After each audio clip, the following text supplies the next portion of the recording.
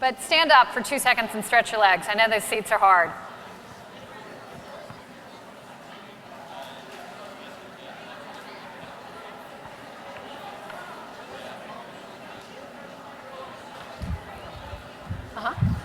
Yeah, sorry, the tape. Yeah, they want to meet. Okay, does that feel comfortable? Yeah, great. You got me a bottle of water. Yeah, keeping you brand new, so. No, that's awesome. Thank you.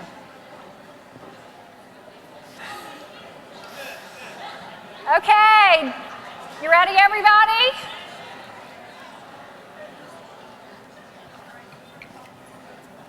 Why don't you take your seats?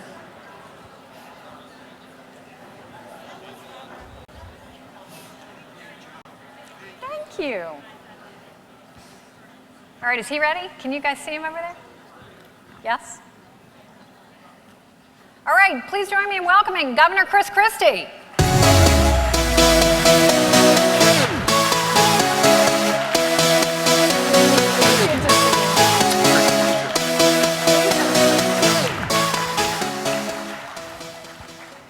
You are our final speaker today. Thank you for being you got to be here. happy about that, right? Well, I knew you would have energy no matter what. Absolutely. Liven everybody up.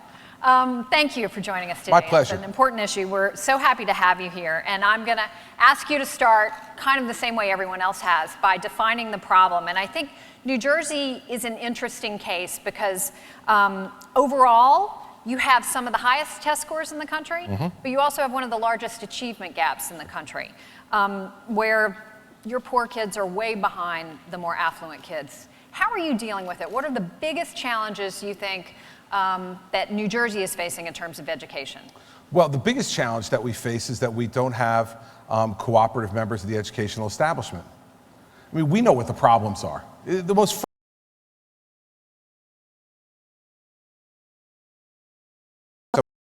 some of the highest achieving students in the country, it's true.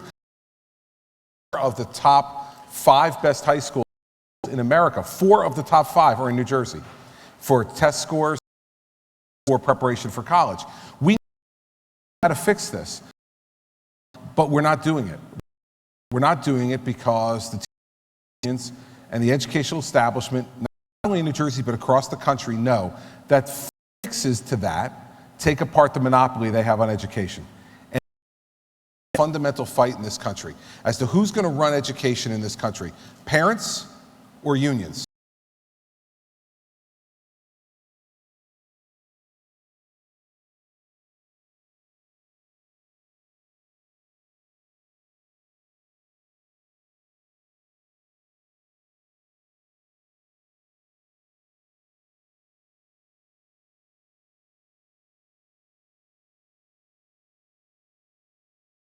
To talk about.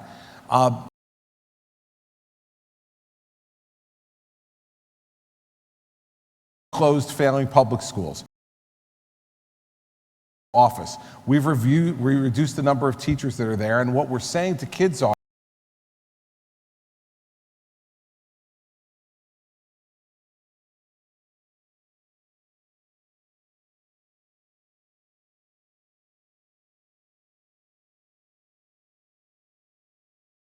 for safe schools.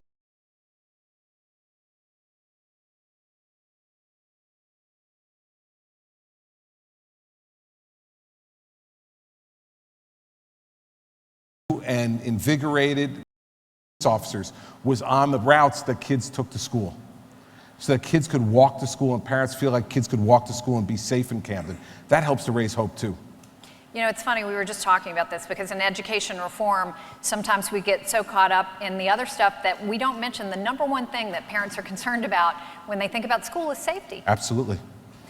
Absolutely, and in Camden in particular, when your city for years on end is named the most dangerous city in America, imagine being a mom or a dad who sends your child off to go to the neighborhood school.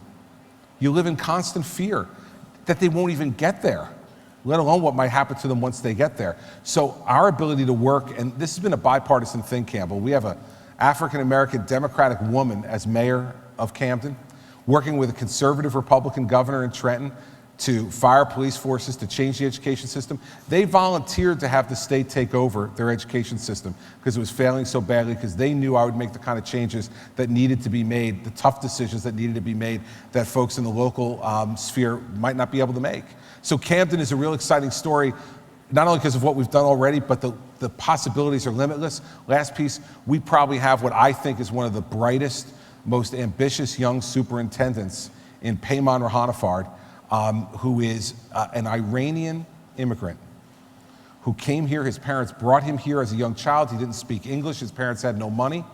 He is an Ivy League educated kid who could have done anything with his life, and he's decided to go into education and to go to a place like Camden to be the superintendent. That's the other thing. Leadership matters in this, and he's a shining star, and the rest of the country is going to get to know Payman in not too short order. What is been different about Newark? And let's kind of set the stage a little bit. This was a story that has gotten a lot of attention.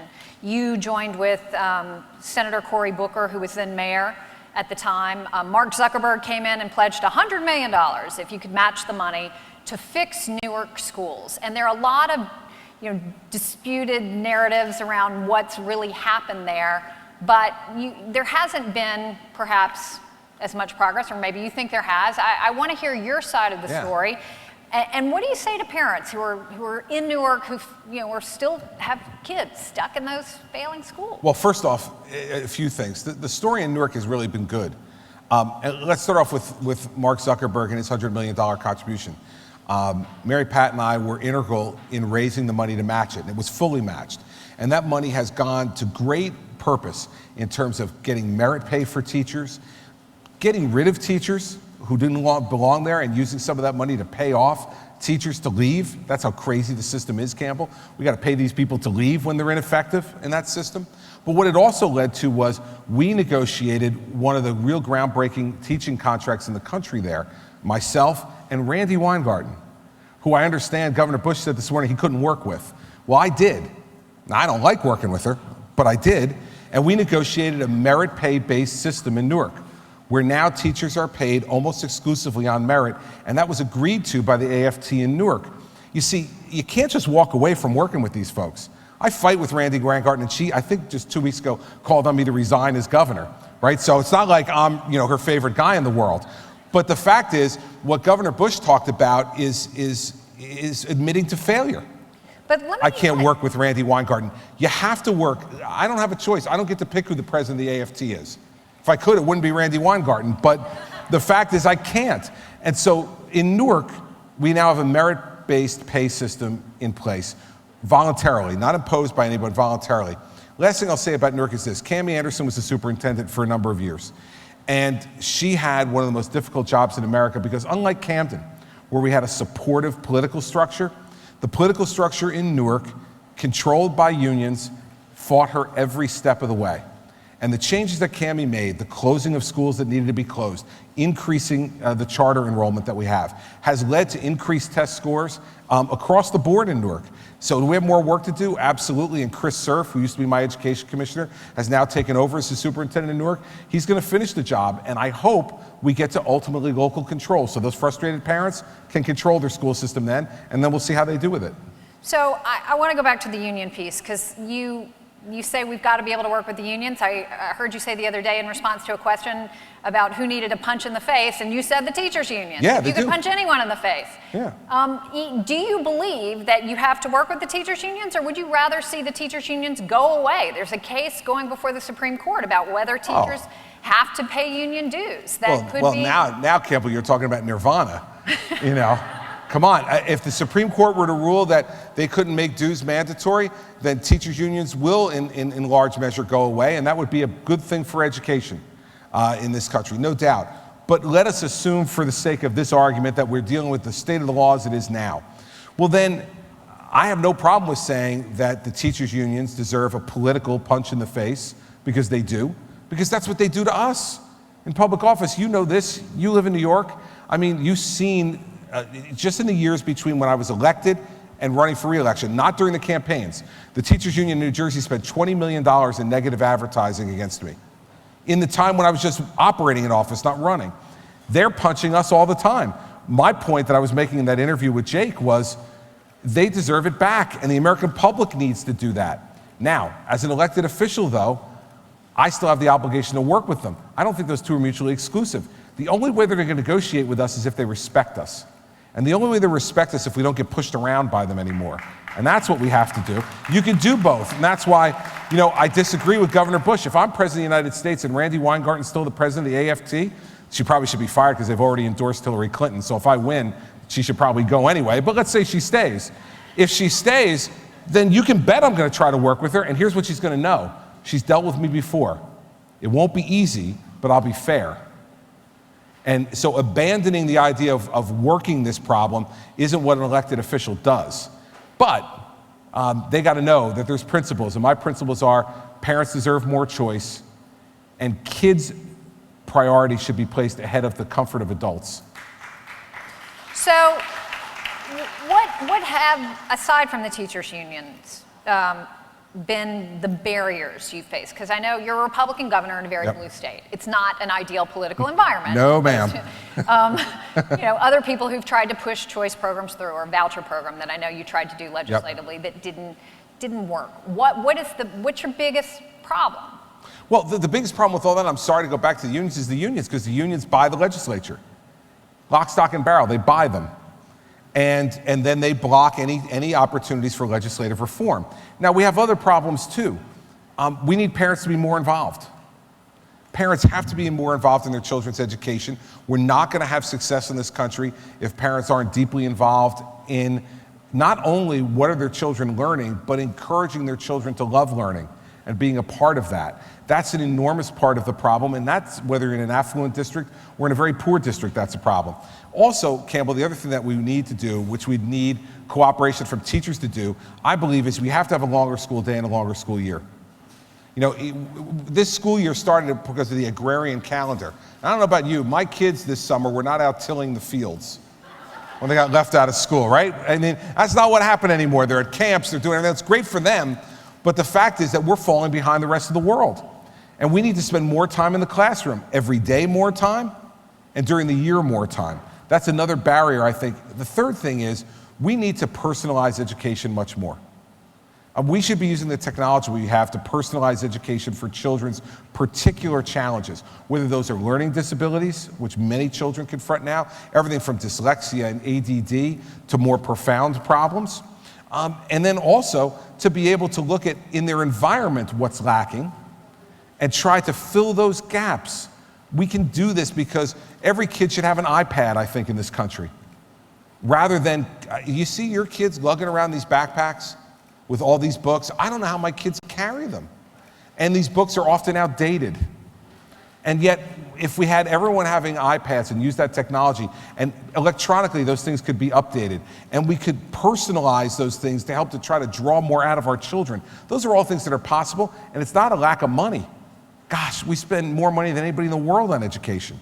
So those things are all things that we need to confront, that the federal government could confront by empowering localities to do this type of thing. Well, so let's get into that a little bit, because you said if elected president, you would work with Randy Weingarten, work with the teachers' unions. What do you see yourself doing as president? How do you define the role, the federal role, in education policy if the goal is to get it back more locally? Having some funding going from the federal government to the localities to help to equalize some gaps, and then that's it. I don't see the federal Department of Education deciding curriculum, dictating choices to local folks. It doesn't make any sense. There's no way that a bureaucrat in Washington, D.C. understands more about how to educate a kid in New Hampshire or New Jersey or New York or Iowa or South Carolina. I don't know why I picked those states. And, than they do the people in the locally on the ground there. So I think the federal government's got to take the strings off. It's one of the things that annoyed me so much about Race to the Top. Not a bad idea in concept, but in fact, they layered more and more requirements and strings on it, and it takes more and more control away from the localities. That frustrates teachers, and that infuriates parents. And so I think as president, the larger role you have is to use the bully pulpit for talking about the importance of the issue, supporting parents, urging parents, to be more involved, and giving them the choices to make themselves, and urging the local governments to be able to do that. Our President of the United States can move opinion like no one else in the country, but we haven't had a president. When do you ever hear this president talk about education? I never hear it. I never hear him talk about it. I think that's an interesting point, because some presidents have really effectively used the bully pulpit and some have not. If that is your role, to really influence what's going on at the state level by being a voice for education reform or school choice, what is it that you're highlighting? What is it that you're talking to and shouting from the mountaintops? Well, first off, you're right. You look at President George W. Bush used the bully pulpit to great effect in the first 9 months of his presidency, I think, on No Child Left Behind and the issues that he thought were very important in education. And until 9/11 happened, it was a real focus. And then, unfortunately for all of us, the world changed on September 11th, and for President Bush and his presidency as well, or I think he would have done even more on education. For me, I think the things you need to be talking about first is the achievement gap that you mentioned before. This cannot be a right and just country with that type of achievement gap. I can tell you, I see in my state, when we give kids in Newark and we put them in a good charter school where they have a longer school day and a longer school year and they're challenged, the kids at the Robert Treat Academy, for instance, a number of years ago, which is a 85% minority children's school in Newark, mostly Hispanic and African American, they had the top reading scores in the 8th grade of any school in our state, in the city of Newark. You can do this. So first, the president needs to talk about the fact that education has to be personalized so that we close that achievement gap. We cannot have a country of haves and have-nots, because there are getting to be a lot more fewer haves and a larger number of have-nots, and that affects our competitiveness. Second, the president has to invigorate parents. Got to challenge parents and talk to them about the fact that you want choice, I'm your president. I'm the president who's going to urge localities to give you choice, but in return for choice, you're going to get some piece of the accountability too. I want to see you pushing your children. I want to see you encouraging them, loving them, teaching them about education in a way that's supportive of the teacher in the classroom. Be a partner with the teacher in the classroom. Third piece of this is the president has to talk to teachers, not their unions, to teachers. And to say to the teachers, listen, you are one of the most valued professions in our nation. And you're going to determine whether we're going to be a great nation going forward or not.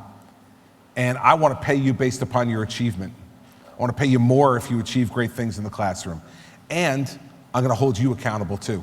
We shouldn't have a 10-year system that doesn't take into account your performance. And good teachers out there aren't worried about being judged. They know they're doing a great job. You know, Campbell, when you meet a great teacher in one of your children's schools, you and Dan want to carry them out of the school on your shoulders. They've done an amazing job. The same way Mary Pat and I feel. The teachers that are great with our children, they don't ever have to worry about a job, ever. Parents will adore them. But the ones who are wasting our children's time in the front of the classroom, who are incompetent, who are only protected because of an outdated tenure system that doesn't work and serves only the interests of the unions and the most incompetent teachers, I'd be an advocate as president to getting rid of the tenure system in this country. It makes no sense. Let's go to an accountability system. So those are the three big things that I would talk about. Getting parents involved, getting teachers involved in a way where they're accountable, right? And making sure that all of us are talking about this achievement gap and narrowing the achievement gap for kids by making education a unique experience. So I want to follow up on the achievement gap piece, because you're talking about really targeting the most disadvantaged kids in this country. And there's federal legislation, the big reauthorization of the Elementary and Secondary Education Act, or the update of No Child Left Behind that's happening right now. And Cory Booker and Chris Murphy have introduced an amendment to put some accountability into it. It's controversial. It hasn't passed, but it would require there be some accountability for those kids in particular, that states would have to report about how those kids were doing, and that persistently failing schools would be held accountable. There are a lot of people today who have argued, you know what, local control, this stuff shouldn't be in there. But given your concern about how these kids are doing, do you think the federal government has a role to play in the accountability piece? I wouldn't do it through statutes, I'd do it through rhetoric. But that's a difference of opinion between me and Cory. I want to get the federal government out of this stuff, not greater into it. Now, the fact is, though, that any place that we can demand accountability, we should. There's an enormous amount of money being spent. So if this is the way the bill is going, then I hope if they're going to reauthorize it in the way that they are, that they're going to have some accountability in there. If I were president, I wouldn't go in that direction, though, Campbell. I would say the accountability should be on the local level. And quite frankly, parents are the best people to hold educators accountable. Who cares more about their children's education than a mother and a father? I mean, nobody does. When my child comes home and he's struggling, there's nobody who cares more about that than me and Mary Pat. When he cries because he doesn't understand something, when he's frustrated because the teacher can't get through to him, when he gets that bad grade when he thought he was going to get a good one. And there's nobody who cares about that more than me and Mary Pat. So from an accountability perspective, I truly believe that the parents are the ones that will hold educators most accountable if we give them the tools to do it. But if we continue to have a tenure system that says whether that teacher is good or bad at the front of the room, they keep their job, well then how can parents feel like they can really effectuate change? I mean, that's, I think, part of the problem why I talked about tenure. You know, you and I know, the teachers union argument against tenure reform is, well, it's very complex. It's very complicated. Simple people like us can't understand it. You need to have your PhD in education to understand. Let me ask you a question. So we got a lot of people out here who care about education.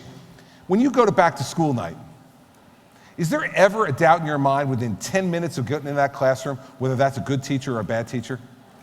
Ever? Right? You either are in there going, all right, it's going to be a good year, or going, oh God, this is going to be a problem.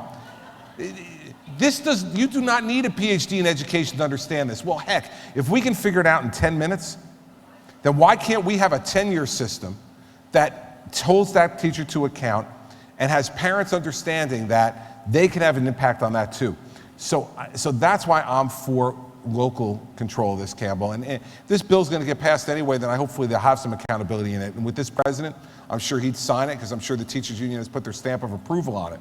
But the fact is that we can make these determinations as parents, and you can show up at the local school board and talk about these teachers, the ones that are great and the ones that are not so great. And we should be doing that. And a president should be encouraging parents to be involved in that way, not saying big daddy government will take care of it for you, because man, you give us the authority, be careful. Guaranteed we'll probably screw it up. You complained about race to the top and the impact that had in taking power away from localities, but if what the goal is to give parents more choice, would you consider using federal dollars to incentivize states to adopt voucher programs or expand school choice? Well, listen, as a last resort, yes. If I had to buy them, I'd buy them, but I hope to inspire them to change first. But if I have to purchase them, then I'd give it thought. Sure. If I can incentivize people to be able to do the things that I think make common sense and that they should want to do just from common sense, I would, but it would be my last resort. It would be my last resort because those things always tend then to get into Congress, right, Campbell? And then one little thing gets put on, then a second little thing gets put on. Oh, just 4 more compromises to be able to get it done. And it winds up watering it down a lot. So it would be a last resort for me. I wouldn't totally rule it out, but I'd rather inspire people to see the wisdom of what we're talking about, because you know you've seen this. I've seen it in New Jersey, you've seen it in New York. When we empower people in that way, when you see great operating charter schools, they produce results. And remember, charter schools they're public schools. Charter schools were meant to be an experiment with new work rules and new teaching rules that could then teach the other public schools how to improve. Well, we got half the equation. We have the formula developed by charter schools about how to improve public school operation, but then we don't apply it. Why don't we apply it? Because the work rules and the union rules won't permit us to apply it. That's why I keep coming back to it. I sound like a broken record, but that's the fight. If we don't have that fight, and I've been fighting it now for 6 years and have the scars to show it. But the fact is that that's the fight that matters. And if we don't win that fight, all the rest of them are going to be more expensive to try to win, like having to buy people off to do something that makes common sense. You were originally for Common Core. You even criticized some of the other Republicans running for president for running away from it for political reasons. But you seem to have backed away from it yourself now. What's going on? I don't seem to have backed away from it. I did. So what was the it doesn't work. I tried 4 years of Common Core in New Jersey. It was being implemented when I became governor by Governor Corzine. I felt like, listen, this started with the nation's governors. It's a good idea. Let's have high standards. Let's have some commonality. This makes some sense. Let's try it. Well, then Race to the Top came and required certain things. The federal government required more things. And what happened was 3 constituencies in my state hate Common Core. Teachers, parents, students. Well, you know, after a while, I stuck with it, and I fought for a while against those constituencies. I said, you know what, give it time. Let's give it time to see if it works. Let's not jump to conclusions. I did it for 4 years. Could it have been that implementation wasn't done properly? I mean, listen, government was implementing, Campbell, so it's always acutely possible that implementation wasn't perfect. But the fact is that the thing that offended teachers and parents the most, and I heard this over and over at my town hall meetings across New Jersey, was that they felt like decision-making authority for what their children would learn was being taken away from them as parents and being taken away from teachers. And that teacher said to me, I got trained to do this job, and now I feel like all I am is an implementer. My creativity as a teacher has been taken away from me because I have to do these things this way. And if I don't, then I get in trouble. And so, and I'm still critical of the people who reflexively ran away from it. But I did what I think you're supposed to do when you lead. Something that looks like a good idea, you give it a try. If it does not work, then you can't be worried about somebody asking you a gotcha question, say, well, are you a flip-flopper for political reasons? Well, no. I actually have a thinking, operating brain. And when something doesn't work that we try, we then have to change it. And if those constituencies, if parents and teachers are against it and they're influencing children who don't necessarily all understand it, but are hearing from their parents and from their teachers, Common Core stinks, well, then if those constituencies don't want it, Campbell, it's time for the leader to be responsive. There's 2 different ways to lead, and I lead in both ways. Sometimes it's like saying, listen, leaders shouldn't follow polls, they need to change polls. And you need to work hard. That's what I did for the first 4 years of Common Core. All the polling in New Jersey was against it. I kept pushing for it. But after a while, the other part of leadership is to listen. And you're not always right, and I'm not always right. And so I've listened, and that's why I backed away from it ultimately, because after 4 years, I think it's a fair try. The constituency of New Jersey didn't want it, so I've now assembled a group led by the Education Commissioner who report back to me and to the State Board of Education by December 31st on a new set of higher New Jersey-based standards, and the commission includes State Board of Education folks from the teaching profession, administrators, and folks from my government. Okay, so let me just, one more question and we'll get off. Sure. But the idea behind Common Core was the commonality piece, right? Like we think about national security in this country as being national. We all care about military preparedness. And a friend of mine made this argument to me in favor of Common Core, which is, isn't the knowledge of our citizenry in this country as important to our standing in the world, our competitiveness, and our national security as our missiles are? Sure it is, but it doesn't need to be taught by one national textbook. Let's face it, there are cultural, regional differences in our country that we not only respect, we celebrate. And I don't think we want to lose that. I don't think New England wants to lose its particular image and culture. I think that's why people live here in some respects. Folks in the South have a particular way of looking at things and seeing things, and I don't think they want to give up their particular cultural and educational approach to anybody else. You go to every other region of the country. And so I think I agree with the premise, I disagree with the prescription. Yes, it's important, I said that at the beginning, that it's the biggest national security and economic security issue we have, because if we're going to be 20th and 27th in math and science in the industrialized world, if we're no longer going to be the #1 economic power and the #1 military power in the world. We know that. So we have to change all this. So I agree with the premise. I just don't believe in the prescription. The prescription isn't a national set of standards. I hope that it might be, but it isn't being bought by the people who we need to buy it. So we need to stop selling. There comes a moment when a leader has to listen. I've learned as governor that leadership is just as much about listening as it is about talking. And I listened over 4 years and 130 plus town hall meetings to complaints about Common Core, and they finally got my attention. That's why I changed. Let me ask you kind of to just get a little more personal. Sure. And tell us about a teacher who had a big influence on you, who had a big impact on you, and what was it?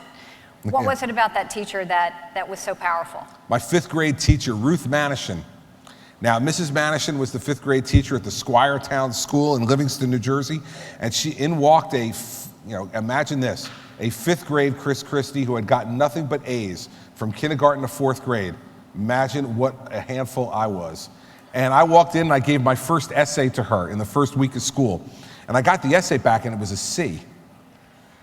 And of course, Campbell, knowing, my frame of mind, I thought it had to have been a mistake, right? So I waited till after school and I went to Mrs. Manishin and I said to her, Mrs. Manishin, I've never gotten a C on anything in my life. And so you need to reread this because it's really good.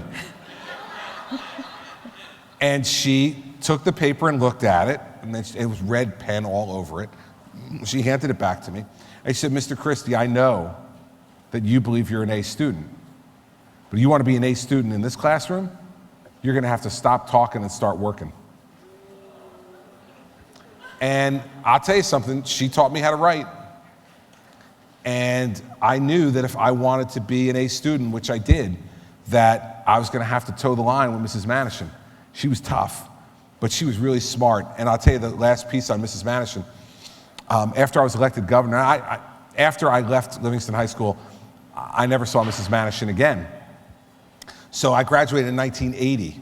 So now 29 years later, I'm elected governor of New Jersey. I come home one night and Mary Pat has the mail stacked up for me to look through, and I see this return address from Texas with a last name that I don't recognize.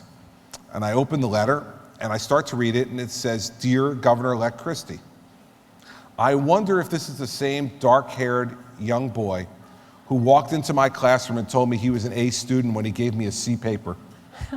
And she said, I was watching on CNN and I'm convinced that it's you. And she said, congratulations on being elected governor. I'm still very proud of you. That's the kind of teacher. Think about it. I hadn't seen Mrs. Manishin for nearly 3 decades. She took the time to find my address, to write that note, and she said, oh, the reason you don't recognize my name is I've been remarried. Her husband had passed away and she was remarried. And she took the time to do that. Imagine that teacher. She not only had an effect on me in that 5th grade classroom, but 29 years after I graduated from high school, she reminded me about what a really great teacher is. Someone who's really invested in their students. Invested, that was 36 years after I had left her classroom. She found me.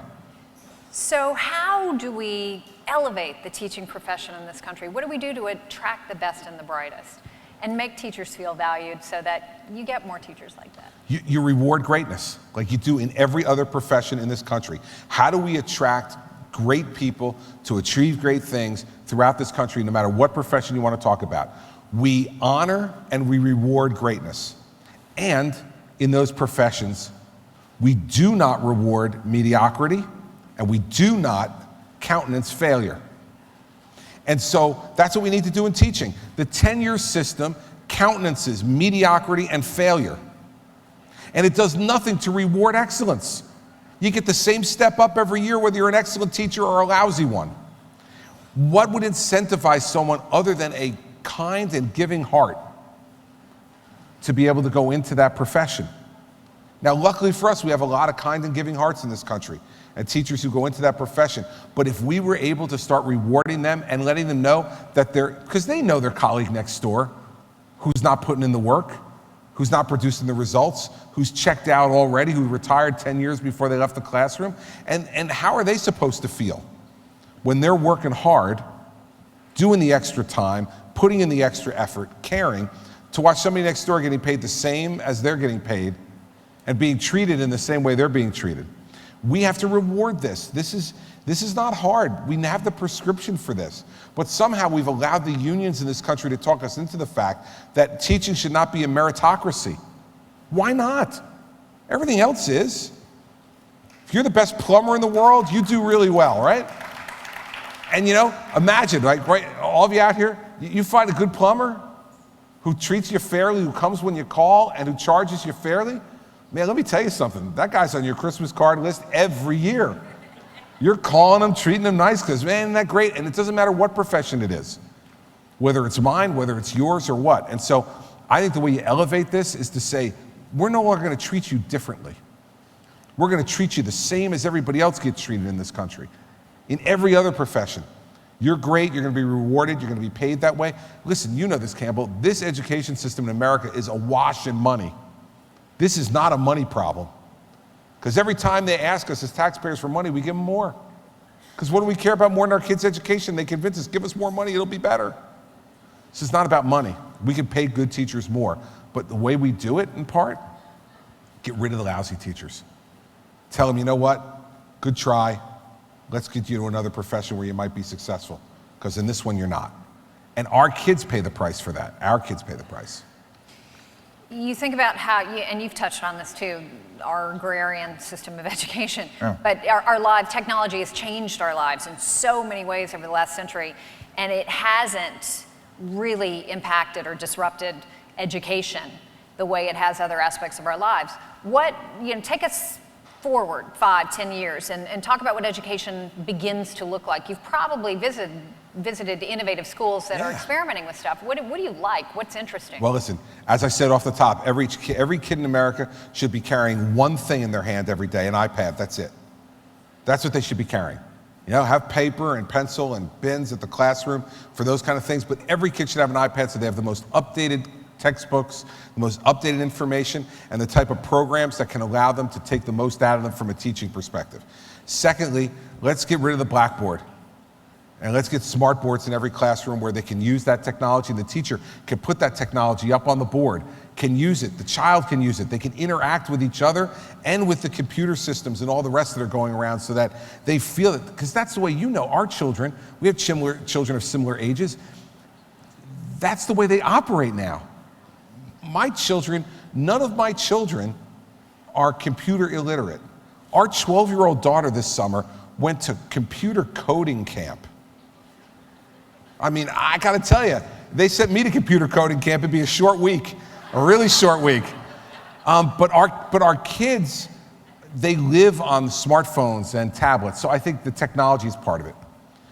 The second thing, I think we need to make sure that learning is something that occurs not just during the hours of the classroom, but we've got to send that technology home with them and allow them to be using it at home and to be interacting in that way in their homework and everything else. Allow their homework to be things that they submit electronically. They could be checked for academic honesty because we want our kids not to be cheating. We want to be able, and we have those programs that are available to do that. We should be doing that to encourage academic honesty and discourage plagiarism and cheating and teach kids an ethic that makes sense, and we can do that and enforce it without putting even more time on a teacher's head. We need, thirdly, the modern school needs to adjust to the children that walk in every day. And right now we don't. Think about it. We're still teaching the same way we did in the 19th century. Rows of desks facing forward, blackboard at the front, one teacher standing, talking to them, them taking notes. That's not the way our children learn anything else. Anything else. Why do we think that the way their minds work now, that that's the best way to educate them now? It isn't.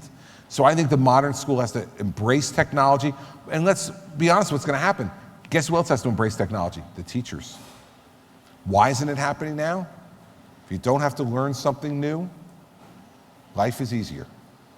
Well, we need to learn new things, and we need to challenge our kids that way.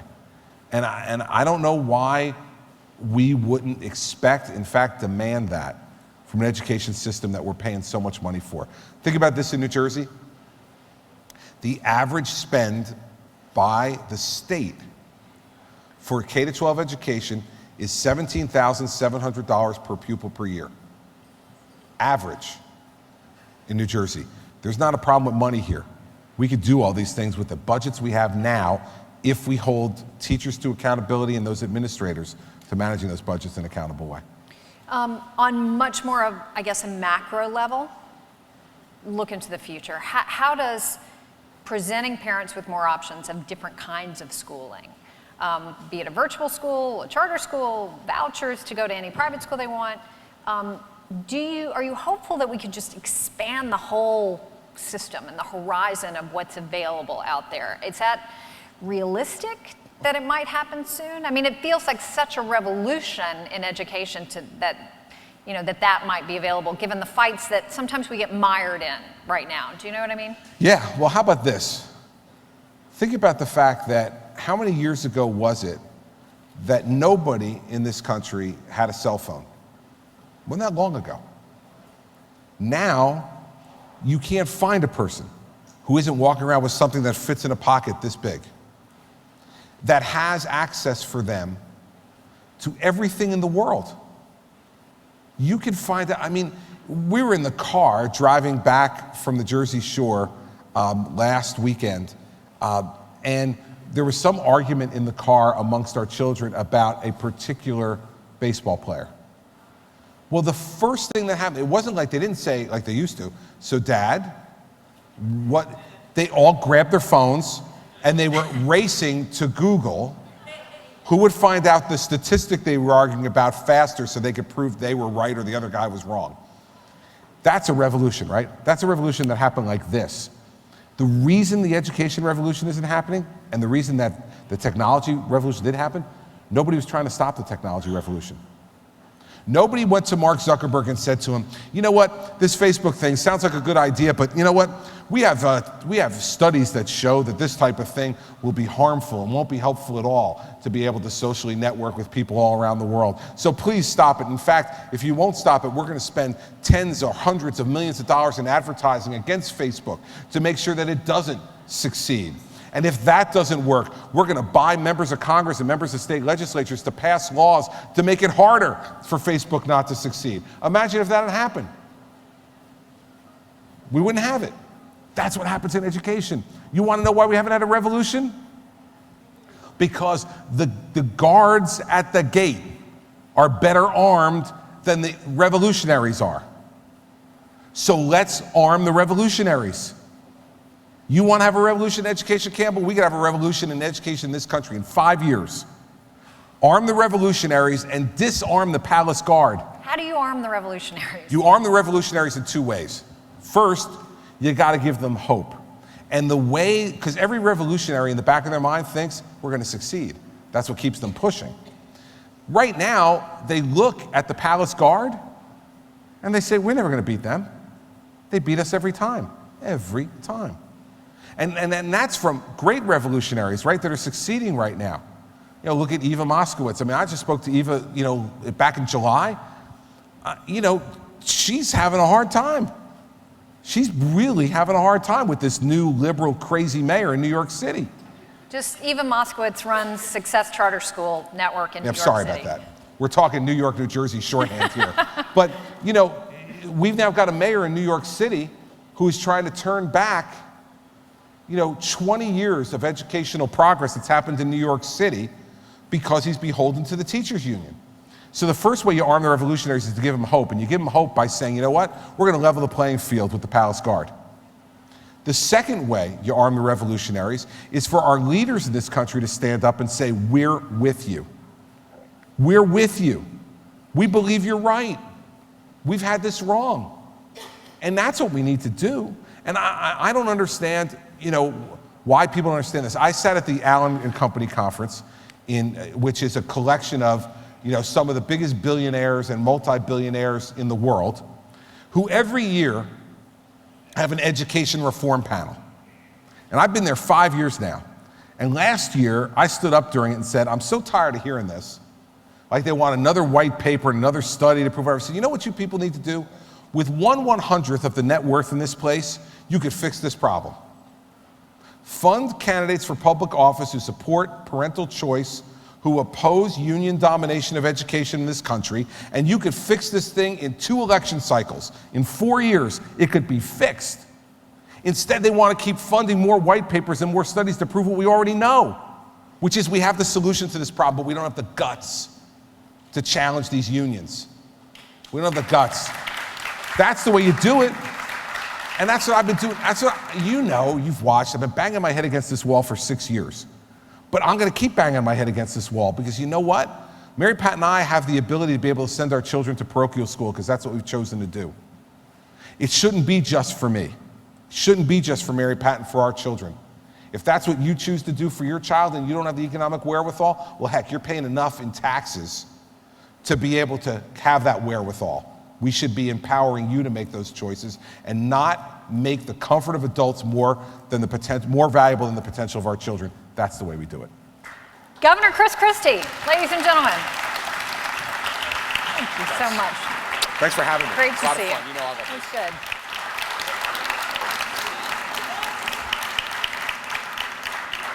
Quickly, before everybody abandons ship, can I just say a few quick thank yous to this phenomenal school and all the kids who helped us today. You guys were so awesome. Thank you so much for being here. It was really, and to the audience, it was a long day, I know, but was it interesting? Wasn't it? I thought they were fantastic. And can I say one more thank you to the American